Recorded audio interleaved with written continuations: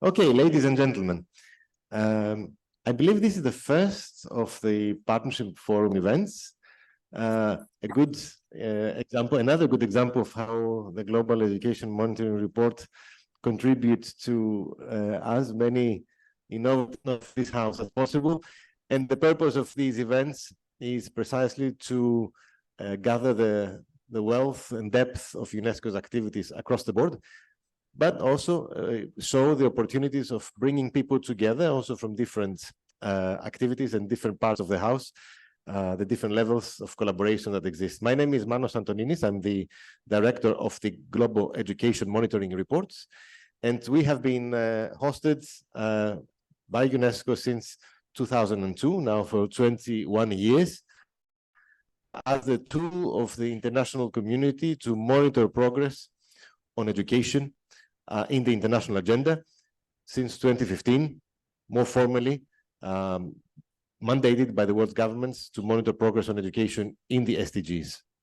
And we do that in two ways. Our mandate is twin, is to monitor progress on education. So our report, which is published every about 18 months, has a big section going target by target in SDG 4 and recording progress that countries and the international community are making.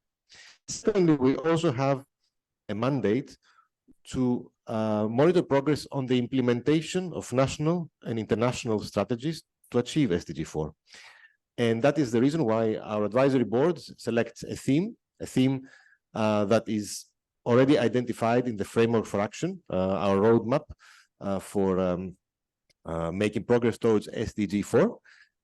And in that context, to help with our monitoring activity, to help all partners to account for the commitments they made in 2015 to make progress on education by 2030. The last theme of the GEM reports in 2023, which was published in July this year, was technology in education.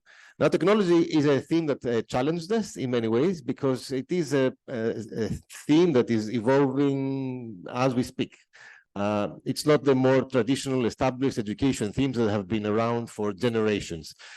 And that challenges us because at the end of the day, this report is intended to monitor progress towards SDG 4. And where many countries were in 1990, the advent of the digital era,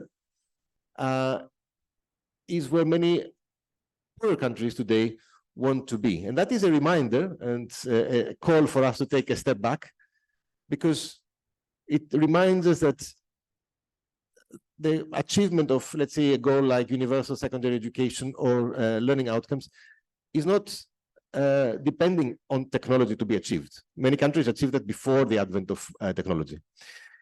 Technology, as the title of the report says, is a tool that can help us improve education, and that's how our report was formulated.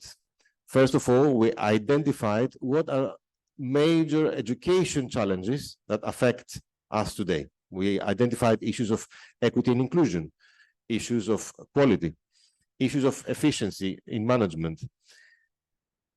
These are the questions that should be asked first. How can we improve education in those respects? And then ask the question, which unfortunately often is asked in the opposite direction: can technology be one of these tools among many other that can help us achieve these goals? Now, I mentioned quality as one of the challenges, and it's true that some of the issues are affected simultaneously. Today, we know that an essential basic skill set is no longer the same as it used to be 30 years ago. Digital skills, the ability to navigate the digital world, is part of such a new basic skill set, and that's what is challenging governments and education ministries all over the world. That is a brief introduction to come to then the challenges that come out of these new needs that emerge. Yes, we understand that technology and knowledge about technology are essential in today's education systems. There is the second question, though, whether teaching through the medium of technology is equally necessary. I try to provoke the conversation And that's the point of this meeting today, is to have an informal conversation to the extent we can with all the people and all the activities happening around us. Because we know that there are a number of challenges related to, among other things, the issues that we're going to discuss today on privacy, on the use of data, the destruction, impacts on security, on well-being, that we have with us. First and foremost, the special rapporteur on the right to education, Dr. Farida Shahid, joining us online, I believe from Geneva. We also have Dr. Velislava Hillman, who is at the LSE and who was also one of the experts that joined the report's expert group in reviewing early drafts of it. Also joining us online from London.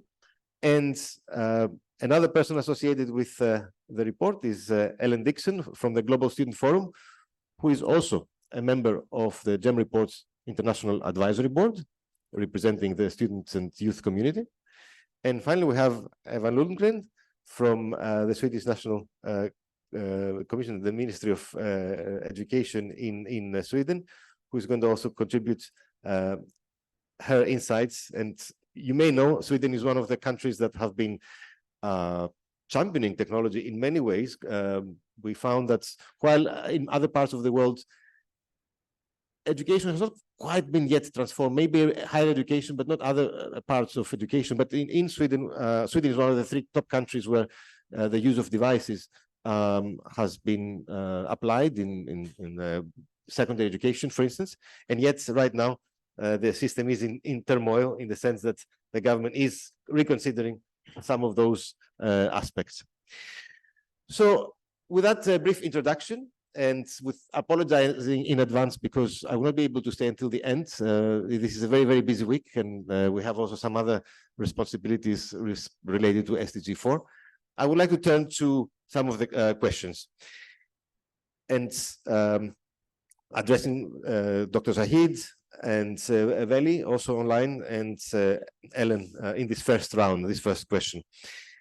Digital technologies offer several opportunities in education, but may also have negative effects on students' well-being and privacy.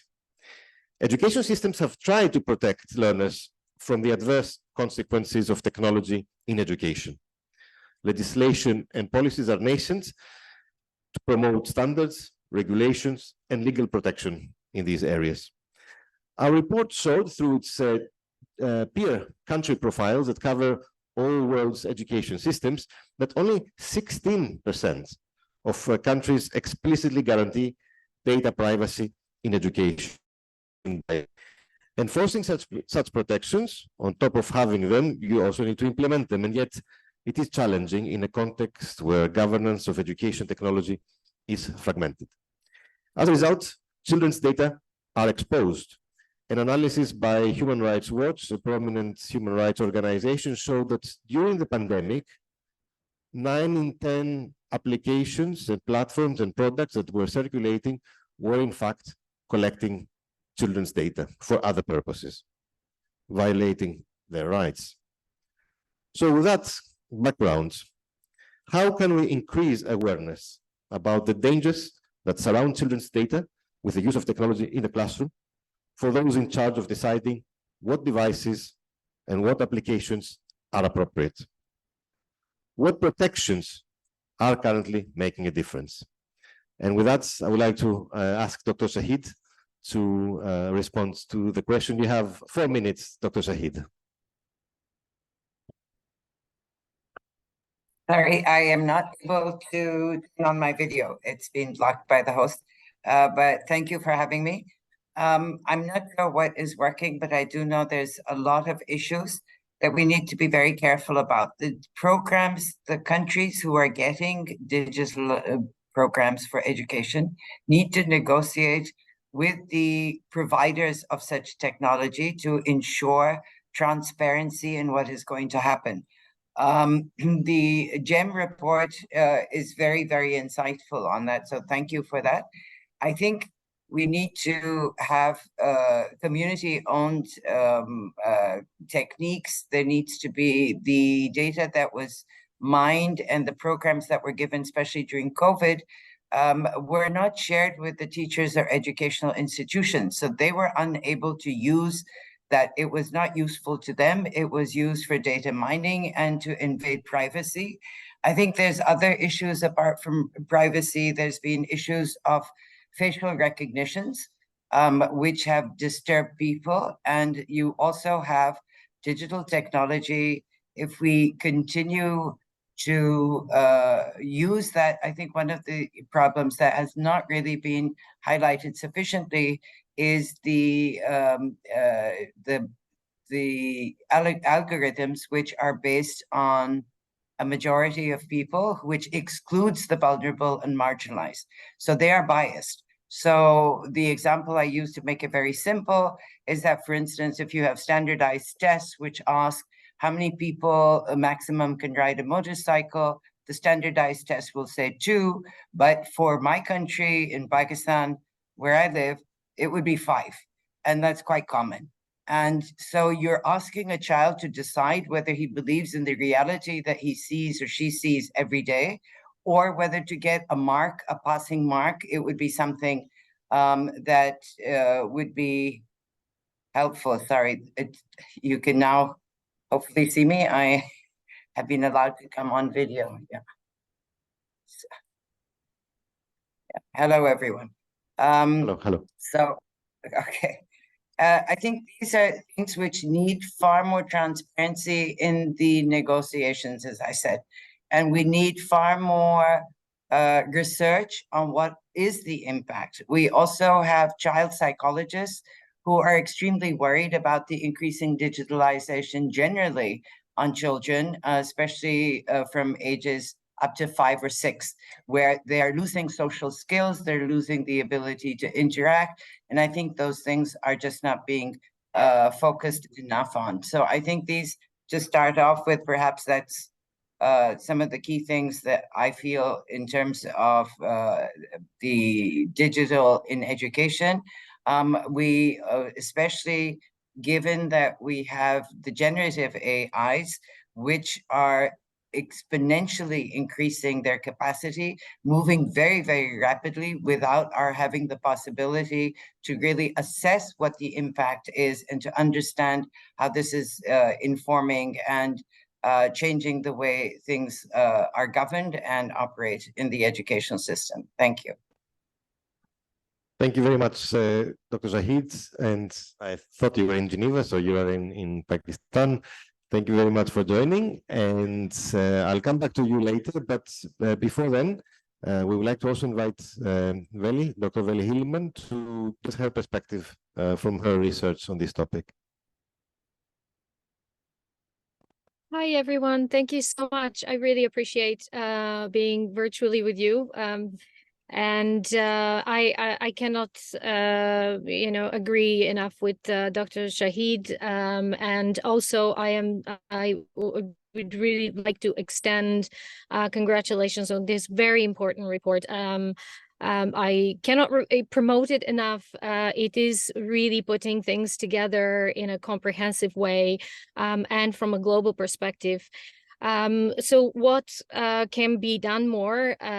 Yes, indeed, the first question that your report is addressing is the fragmentation of governance, of regulating, of understanding, regulating, and kind of having a clear picture of what we're working with. And I also wonder whether there's actually an answer to this, and whether it makes sense to really look, rather than at a global level, but look at contexts, and kind of identify ways to tame and to pace. Although again, we're working counter to what is actually happening with technology. So on the one hand, we have really massive advancement acceleration, and on the other, we are, as individuals and collectives, and then the education system and its unique needs, requirements, and the fact that there are children are working in a completely different pace as well. Definitely the first step is that we need to increase awareness across all the layers of education. And first step is these convenings that continue to happen. And I'm glad that at least from my perspective, I see that more and more happening, and more kind of mixture of interdisciplinary and cross-sectional representation are gathering together to discuss these issues. However, we also need to think in more practical terms. So we can look at European, for example, the European Union, UK, or in the US, where there's plenty of framework standards, guidelines, legislation.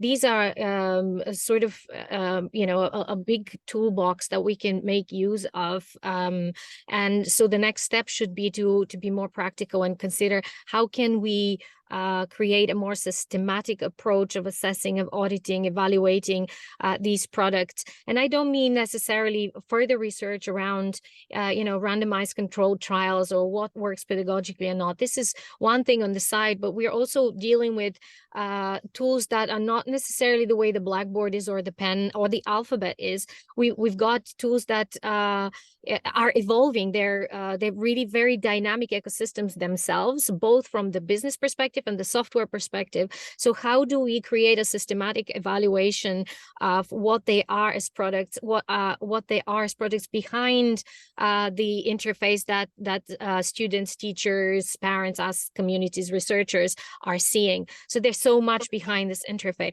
And that's the aspect that we need to find a way to systematically assess, audit, and understand. So from the perspective of creating the awareness and what do we do and what are the good practices, I want to look at the various levels. So from the level of the educational institutions and the school communities, teachers, school leaders, and students, I think they're already grappling with so much, and adding a lot more to that is not necessarily healthy for anyone, and it's not necessarily going to address what needs to be done on the industry side. So we're working both with, so we need to address and ask the industry to come forward and to be more transparent, more open about various things. So both at the technological level, but also at the business level, we still don't know. So these are two very, very important fields that we need to unpack and understand. So, for example, can we know what the financial health of these edtech companies are, or big tech companies are? Can we know their business structures? Can we know then at the software level, can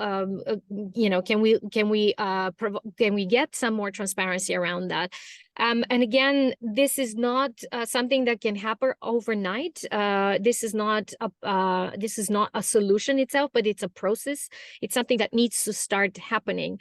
Having said that, there are also already things happening and being presented from industry side, and also in collaboration with these public-private kind of partnerships in terms of developing this understanding, developing assessment frameworks. But there again, the voice of teachers, students tends to be really muffled in these conversations. There's a lot of power imbalance happening, and we see now industry presentations like alliances and associations that are forming and that are offering their own frameworks of assessment. They're offering their own standards. They're offering their own vetting programs, but they're industry led, and this is something that is not the ideal.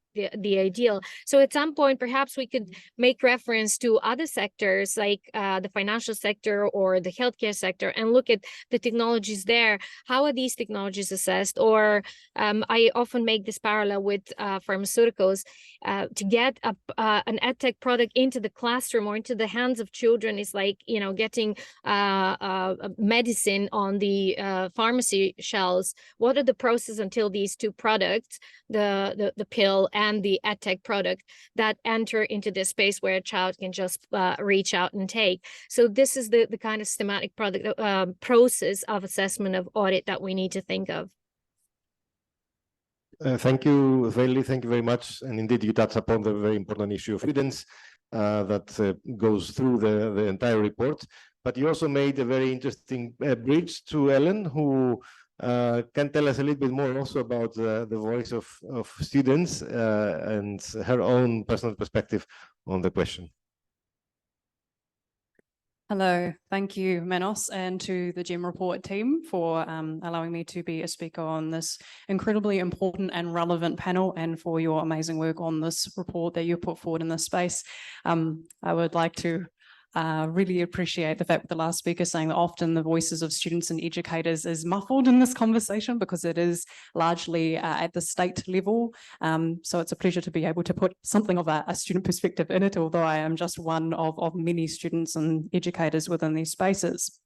Obviously, the opportunities to connect digitally, particularly during the pandemic, allowed many schools and higher education institutions to continue teaching, which is what we wanted and needed. Yet that increased dependency on these digital devices does create these dangers of data exposures for children in the classroom, but also outside of the classroom, impacting the classroom, from third parties' algorithmic collection of social media data to state surveillance, the concern of image manipulation on AI through sharing child's photos, psychological manipulation of children through harmful content, and even in recent times with online invigilation becoming so popular, biometric digital profiling of certain ethnic and social groups that goes overseas and is stored in places that we don't know where.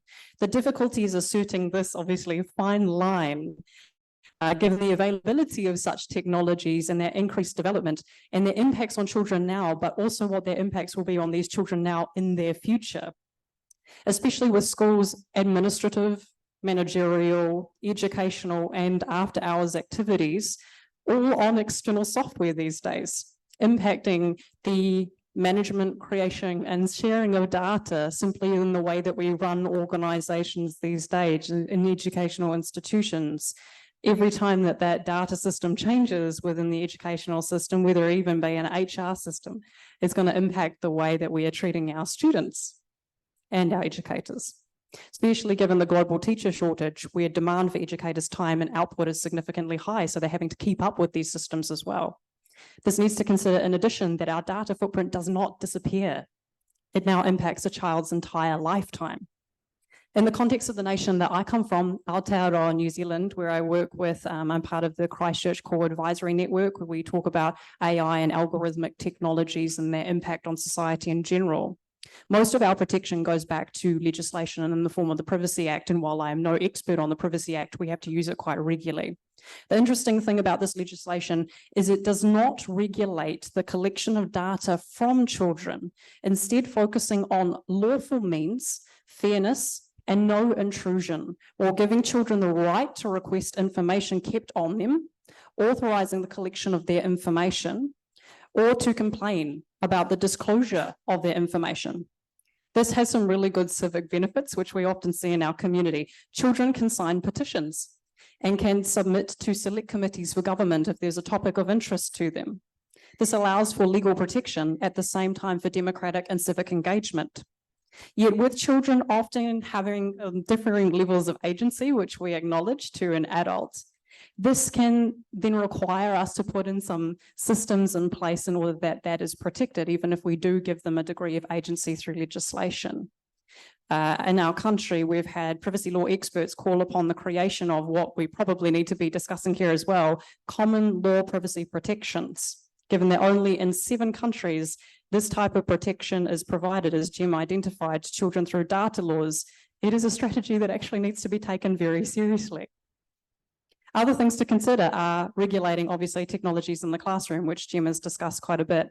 This can be, as it is discussed quite a bit in the report, the all-out ban of specific devices like smartphones, which has happened in my country to a certain extent, or the monitoring of screen time, which some nations have done.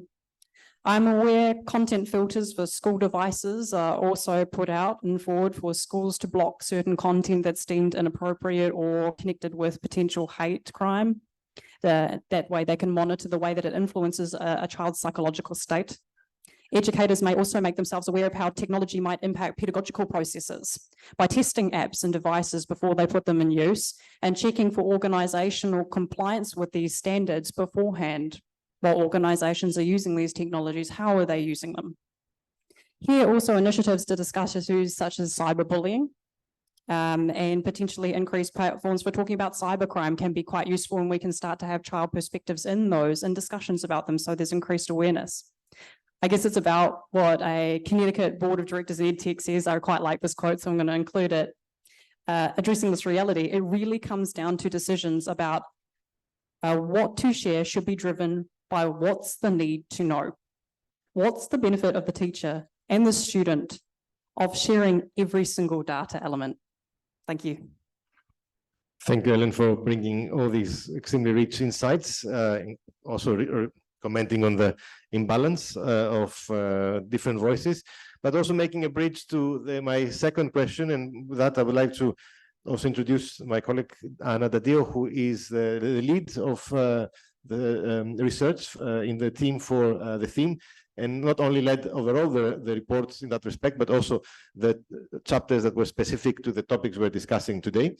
And in one of really important pieces of research with her team on building the peer profiles, we came up across this rather surprising finding that links also to what Ellen said, because unfortunately, whether we like it or not, the phone is a wonderful help for so many things, but we also have to consider the different problems it causes. And research showed that increasingly teachers are complaining about distraction. Some evidence even shows that there are negative effects from the mobile phone on learning outcomes. And what Anna's research showed was that now we know that 1 in 4 countries, either through their laws or their policies, are banning mobile phones. And that came to us as a surprise, but it also seemed to have touched the raw nerve in the world media, because people picked on that fact, ascribed to us a particular recommendation, which maybe was not entirely accurate. Nevertheless, spurn a cycle of debate that I would like now our speakers to reflect on, and I would probably like to start with Eva, which is related to the use of devices. What ground rules could be set, and maybe you could also tell us with a specific reference of Sweden in mind, that devices or applications we know pose a risk to children's privacy are not knowingly taken up by countries, teachers, or schools. So what could be said to make sure that such use of devices is not made? Thank you so much. Banning and legislation itself, I mean, I think that it's not sufficient enough, and I would like to twerk the terminology, and the focus, I think, should be on creating good and effective principles and policies where banning can be one of several necessary tools. And we also must remember that the effect of bans often depends on who issues the ban and how the ban is formulated. And regarding classroom situations and the school environment, regulations must not reduce teachers and school leaders' mandate and professional freedom. And in order for teachers and school leaders to be able to make professional decisions, they need knowledge, good conditions, and they also need trust. And this is, of course, a standard rule, or should be, and it's not only applicable for ensuring the digital safety of children and pupils. And since 2022, the Swedish Education Act has reinforced teachers and school leaders' mandate to dispose cell phones and other electronic communication devices from the classroom and the school environment to prevent lessons from being disrupted or to discourage offensive photography or filming. But if teachers want to use these devices for teaching reasons, they are allowed to. And I think that this type of legislation is more useful than detailed governance that could undermine the mandate of the school profession. And I would also like to highlight the privacy and safety of children and students from an administrative perspective. In Sweden, at least, most schools use digital platforms to communicate with guardians and parents, to collect and compile pupils' contact information, date of birth, their academic progress, grades, etc. And there have been several cases where private information about pupils and also teachers have leaked. And that this is a very serious, something that we should take very seriously. And we must also remember that selection of computer systems, digital platforms, products, rarely made by teachers and school leaders, but often procured centrally by the school organizer. So that needs to be taken into account. Finally, I would like to emphasize the importance of digital competence, as been said previously.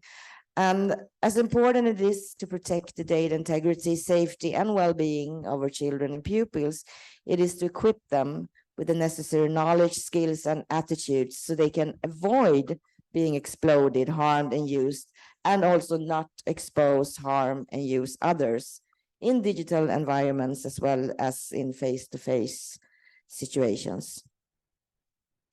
Thank you. Thank you.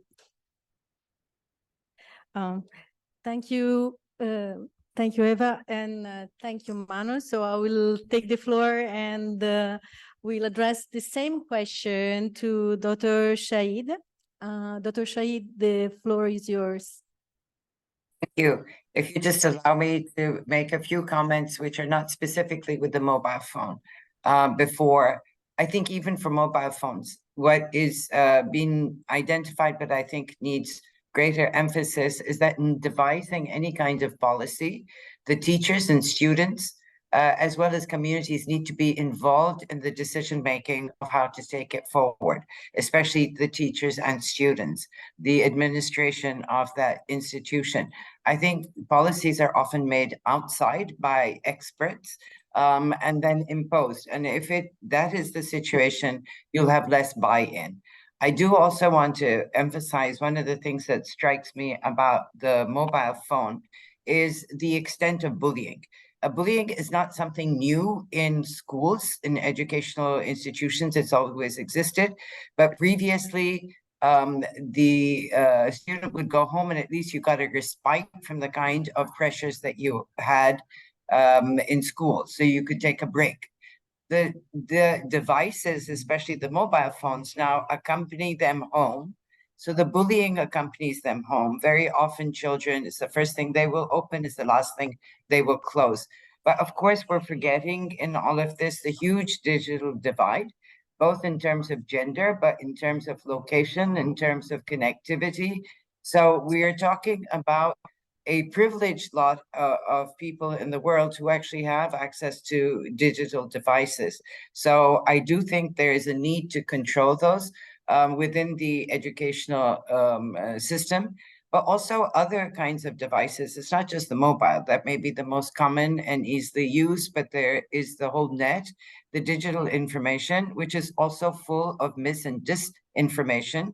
And I think one of the responsibilities of the educational system should be to help students understand how to assess whether something is a disinformation, misinformation, it's fact or fiction. And I don't think there's enough focus on that, although you have a very limited world when you're limited to digital. I've had this problem with colleagues and younger colleagues who say, well, it's not on the net. So it's not in the net, go down to the library. You're also cutting off access to a number of resources when you're completely reliant on the digital instruments. And in countries like ours, there's going to be fights. I mean, children don't have digital devices. And when they do, who gets it, how much time one has or the other, which I completely agree with Eva was saying, you need to have this in a very systematic way, in a way that will make sense to the institution, and perhaps the banning is one. But I think there are also a need to educate people on, even outside the school, they will use the telephone. So if you're banning it within, you still have to see what the impact is outside. And so I think that's one of the areas which needs to be looked at. And I think the teachers are now in higher education, so not the younger children, the higher education. You also have the impact of generative AI and how that's going to, how do teachers now assess what learning has taken place? So are the students learning, or are they using these softwares to give you answers? I think those are areas which haven't been explored enough and probably need to be dealt in greater detail. So I'll stop there. Thank you. Shahid, also for making the link between the access to technology, the information or disinformation point, and the need also to take into account what's happening outside the school and the need to educate people to what's happening also in and without school. And also to the issue of generative AI, which is increasingly making the headline. So sorry, if I will address the next one point, if I may, which is, talking to youth, and I'm sure we have an educator here, you know better than I do. I think it's important to also understand that talking to youth, they make no difference between their on and offline life. So whereas people from my generation see this as online, this is offline, for them it's an integrated, it's their life. So I think we have to keep that in mind as we try and come up. Thanks a lot. Thanks also for the additional point, Mark. May I move to the next speaker, Dr. Ilman, and address the same question to you, Elislava. Thank you, Anna. It's so nice to see you, and yeah, I really appreciate these responses. And starting on the question of banning, because that was an example. So banning can only drive use underground and worse.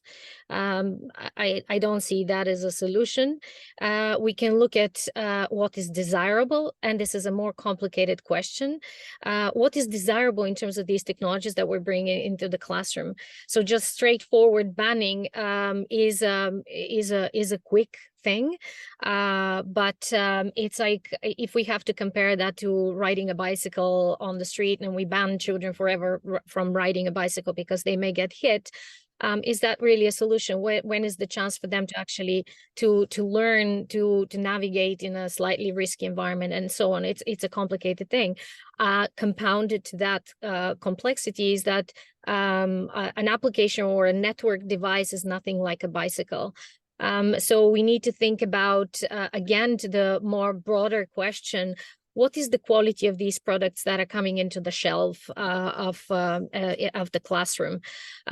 Even aspects relating to data collection and data privacy. So even that, in different discourses, I argue that data privacy is kind of an isolated discussion. We can no longer just be satisfied to say, well, data privacy is achieved, cybersecurity is achieved, because now data is used as part of this wider, whether it's data lakes or wider ecosystem where the AI models are developed, are designed, and individuals are grouped as in forms of profiles, and based on those, algorithmic systems are deciding, steering, predicting, inferring, and so on. How do we control that?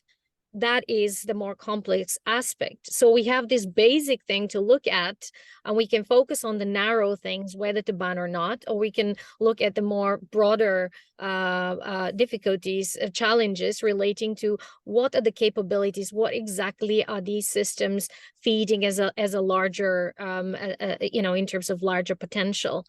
And so I would look at aspects of either at a policy. So I always look at different levels. I'm also writing a book with Bloomsbury on that, on taming edtech. And I look at policy at a policy level. What can we do? Do we need to write more things? Do we need to what is the thing that we need to do that may be missing? And I'm very generic here. But one of the things that I've looked at different sectors. I've looked at gaming. I've looked at the pharmaceuticals and food industries, as I mentioned. So one of the things that I look at is mandating these assessments and audits. We need technological implementation, because part of the problem is technological. So we cannot just talk about it or conduct data privacy impact assessments or just look at their policies. We need to look at their technology. So there has to be a technological solution to these problems of, what are these systems doing and how are they steering education, or how they may be influencing about children and their futures. So that's at the policy level. So can we introduce some kind of mandates that say, no, this needs to be checked before we proceed. We need to look at the software. We need to look at the code. And the second, then we can look at, from education perspective, again, the example with the bicycle, education, educating children, young people. There's so much research and brilliant scholars in that field that have proposed all kinds of data literacy, digital media literacy, so on. There's so much great material resource, including UNESCO provides substantial resources in that, and schools are already working in that aspect. So we need to carry on with the education. But we also need to address this education and turn towards industry and to say, well, this is not business like any other. You are addressing children, young people, and this is their future, this is their right to education. So there are these conditions under which, you need to meet before you proceed and sell your product. So the education needs to be addressing them as well. If I have to sum this up, I would look at two things that need to happen to prioritize education over markets when it comes to policymakers. We need to say that education is the human right, and children are the priority, not just a priority. And then mandate certain rules and conditions before technologies are integrated deeper into educational systems and into the lives of children. As Dr. Shahid mentioned, the online, offline is absolutely immersed. There's kind of no boundary. And then the second thing is to implement these outside in, independent, bottom up and outside in assessments, audits at the technological level, at human rights level, at cybersecurity level, at data algorithmic level, and all of these different facets that a technological system and an application and a device, all of these layers need to be looked at, because we're not just talking about the device, we're not just talking about one app, but we're talking about a compound effect. We're talking about something that accumulates. I look at systems, just very briefly to mention this, but at some point we're talking about the future data markets and cross-border data exchanges and data interoperability that allows all of these direct links to be made between data across different sectors, fields, and ecologies that children, young people, all of us are inhabiting. So at some point, all of this granular data that is being, enabled to go through the algorithmic systems and advancing AI, are creating something that we absolutely have no control of, no understanding of, and we have no idea where this is going to take us. So these are the next steps. Thank you. Thanks a lot, Velisava, and also to start your answers to this complex question by saying, in fact, what EdTech for and what is the quality of this product and the need of assessment. So I turn now to Ellen.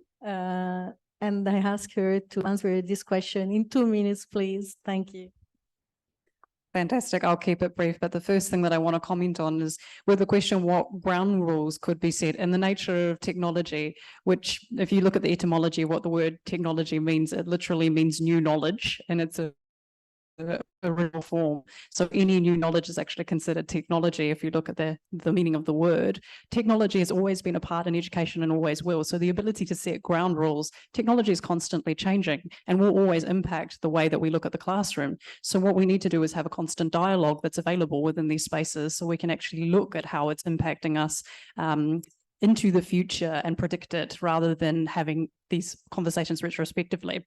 But I'll just make these quite short, but some of the areas are not just limiting it to the that we could be looking at more is first a clear focus on the development of national and regional legislation concerning children's rights in data governance and models of child protection, which, as I said, do not serve as a moment in time, but are an ongoing conversation, which include consulting educators and consulting children, but in a way that children are protected and is done safely. This echoes the call from governments to also implement these multilateral agreements on data governance, which are fair and uphold even the youngest of us. Potentially also creating a children's ombudsman or data governance body at a national local law could allow for data redress if there are issues within those spaces. Another component which has already been discussed is developing guidelines to hold accountable the $11 billion plus edtech industry and other private sector influencers engaging in data collection, management and dissemination of information by really clarifying what does strong data governance mean in their particular context. This helps us avoid the impact on the classroom of what Shoshana Zuboff, she wrote an amazing book, if you haven't read it, called Surveillance Capitalism, where we are reduced to mass users in the classroom of technology, where it is common for those who are in the private sector to be able to say that privacy is no longer the social norm. Schools, school regulatory bodies, ministries of education then also need to fund, resource and support research and implementation of projects to uphold child data safety, especially at a time where educators are under a huge amount of pressure to perform. These types of structures could create a typology of harms, which has been proposed by UNICEF, where research needs to go into the types of data breaches and misuse as to what is actually occurring within this environment, and allows us to ask complex questions about the multifaceted nature of children's needs in digital spaces and how children can consent and what consent means to digital engagement. And another key element very relevant to the GEM report is that these conversations in digital spaces can actually be used in reporting by nation states on their achievements towards SDG 4, whether in the context of the rights of the child or in the context of how they are progressing as they seek to achieve SDG 4. But I think it's important not to simply consider the safety parameters of big data, but also the ethical and social components of that on the classroom. One of my favorite modern philosophers, Byung-Chul Han, please read him if you haven't, he's incredible as well, calls digital data collection information without narrative. In this sense, we are reducing children in the classroom through data to bits of information without meaning or orientation, which can then not resemble people but depersonalize numbers. And what type of self-development process are we encouraging in schools if we normalize and naturalize the youngest of us to reduce themselves to bits of information without meaning? Thank you. Thank you, Ellen, and thank you for your really full overview of the implication of the use of technology and beyond a smartphone in classroom. I would like now to open the floor for some question. I think we have space for 2 questions at most, and so don't be shy. And who wants to volunteer about your impression about these 2 questions we have discussed today, and more generally on the content of the GEM report? You have on the bank brochures, and in fact the title is On Whose Terms. And so if you have any feedback or comments to share or something concerning. Yes. Hello, good morning. I am Mercedes from OMEP, the World Organization for Early Childhood Education, and I am from Argentina. And sorry for my English. And I am concerned about one comment of Farida, because we really should address the inequalities. and inequalities in connection with early childhood also, because early childhood is always invisible. But in the street, we can see children with cell phones, playing with cell phones and sucking them, and without any control, and without any research about that. So really, I think that we need to stress the problem of inequality and exclusions, mainly integrating the family skills and reflection about what is happening really with them, because it is natural that a young child, when they see the father or the mother with the device, they want it. They want it, and they are very curious about that. So I think that the 4 A's that are connected with the right of the education should be addressed also for the early years, and not also the availability about connection, devices, opportunities, the legal frameworks, the evaluations of all the APPs, but also about the adaptability of all this, the use of devices with early childhood, and of course the training of teachers and families about this issue in connection with early childhood. Thank you. Thanks a lot. And thanks to bring it into the discussion, the early childhood education and childcare, which of course is covered in the report, but it's a very important point for the discussion we're having today. Eva, you have 1 minute, less than 1 minute, in fact. I want to say that one thing that we should be very concerned about, and that is one of the main messages from the report, is that digitalization, unfortunately, not has contributed to narrow the gaps when it comes to equity and inequalities, but rather sort of enlarged or emphasized them when it comes to inequalities between countries, within countries, and between students. And that is nothing else but a failure and goes against the SDG 4 goal, quality education for all. Yeah, it's a very important message from the report. Thanks a lot, Eva. And we have a comment online. I remember it. I mean, it was just about the banning on the phone, saying that is a student from the British school in Paris, and said that she agreed with Velislava, Dr. Hillman, about the fact that banning may be very complicated for students. And this is really to answer the question about there should more than banning, and she said that maybe we need really to educate students how to protect themselves against the risks rather than shield them away from new technology. So since the time is almost gone, I would like to first of all to thank all our speakers for their wonderful contribution to this panel on this very important topic about data privacy in education, and beyond that, safety and well-being from the use of technology in education. And thanks a lot to Dr. Shahid, Special Rapporteur on the Right to Education, to Dr. Hillman, to Dr. Lundgren, to Helen Nixon.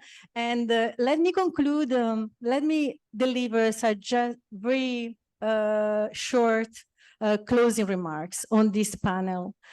I think that everything has been said about the risk on the use of technology in education. But I will repeat one question that is really important and fundamental: on whose terms? And the report has looked at that, taking a different way of looking at the use of technology in education. It has, first of all, asked the question, what are the educational issues we want to solve. And does technology help, or can technology help to solve these issues? And if so, what are the minimum conditions under which this can happen? And I think this boils down really to the discussion we have been having today, because the report has recommended to put the learners and teacher interest at the center. This is fundamental, first of all. The second issue is that to really put on the spotlight and insist on the human interaction aspects. So to go beyond really, to move from the language, the business language that you use in technology and education, and to speak the language of human rights. This is very important, to go beyond looking at just the personalization and adaptability of technology, but thinking about the social dimension. However, when we discuss the banning of devices, of course, banning, we think, can be legitimate when it is not shown that technology in education improve learning or really harm students, children, not just in the school, outside the school. But working with education cannot be just banning. I think there are three things that has come out from the discussion today. First of all, to have clarity on policy. A policy or legislation that set what is permitted and what is not permitted in school. We cannot really say that something to students that are using their devices if there is no regulation, if governance about this issue is fragmented. The second thing is, and has come out often in the discussion today, the clarity on the role and impact of any technology that is used in education on learning. And on other aspects like well-being, safety, and privacy.